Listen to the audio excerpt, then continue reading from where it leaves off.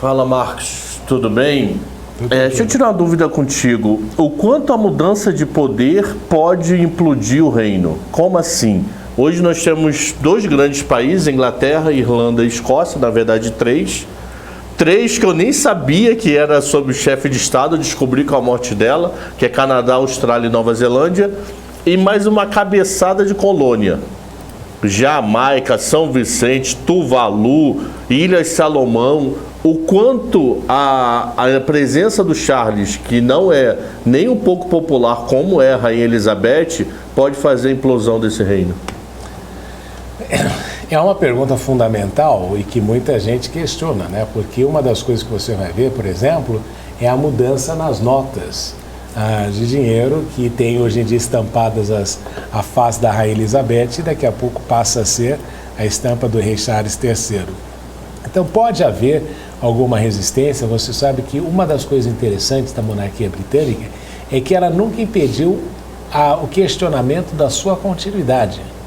Não é? Ela nunca, como aconteceu até no Brasil, de você não poder discutir, se transformar isso numa cláusula pétrea, de você não poder discutir se queria voltar ao sistema anterior ou não, a monarquia sempre permitiu que houvesse essa discussão. E o caso mais recente que nós tivemos foi o caso de Barbados. Barbados era um país cuja chefe de Estado era Sua Majestade Britânica e optou nos últimos anos, por meio de um referendo, de uma escolha popular, em se transformar numa república.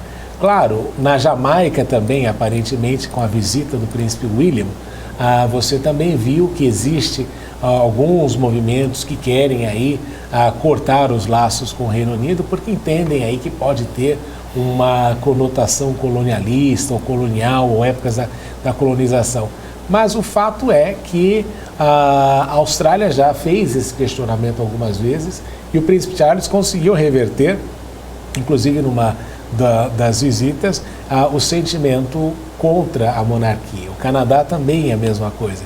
Então você vê que de tempos em tempos surgem esse tipo de questionamento, mas eles são facilmente vencidos por causa da estabilidade que o sistema britânico de monarquia constitucional tem gerado nesses vários locais. E uma das coisas importantes, né, como a gente está no canal que cuida da área econômica e financeira, eu sempre digo que a propriedade privada e o investimento e qualquer coisa relacionada a dinheiro, a coisa que o capital mais preza é estabilidade. E se você pensar que o Reino Unido tem sido estável nos últimos 400 anos, evoluindo sem grandes revoluções, quando você compara aos outros lugares, e se transformou num dos locais mais seguros para você colocar o seu dinheiro, isso vem do fato dessa estabilidade gerada por esse processo. Por isso que eu não acredito que nós vamos ver a Escócia querendo se separar, até porque a existência da Escócia está baseada no preço do petróleo, não é?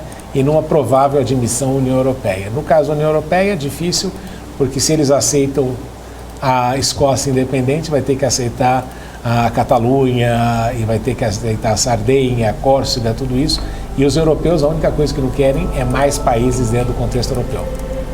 Cabral, tem mais uma pergunta. Por fato de ter aceitado Barbados ano passado, será que esses menorzinhos de Granada, São Cristóvão, São Vicente não saem também?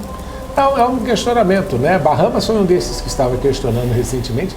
E você vê, eles não deixam de admitir a possibilidade de ser questionado sobre a continuidade ou não. Era o império, eu sempre dizia, né? Era o império, se nós pensarmos onde o sol nunca se punha. E para quem mora na Inglaterra, às vezes a impressão que você tem que é o império onde o sol nunca se põe. Não é? Porque pelo mapa não se põe mesmo, não. Pela situação. Em Tuvalu, outro aqui no Canadá, então não tem noite. Você vê assim essa história toda. Mas a realidade é essa, né? Eles podem questionar? Podem. O que o pessoal descobriu é o seguinte, né? O regime republicano sai mais caro do que o monárquico. É uma coisa, como você é economista, é uma coisa sempre que vale a pena analisar quanto custa uma república e quanto custa uma monarquia.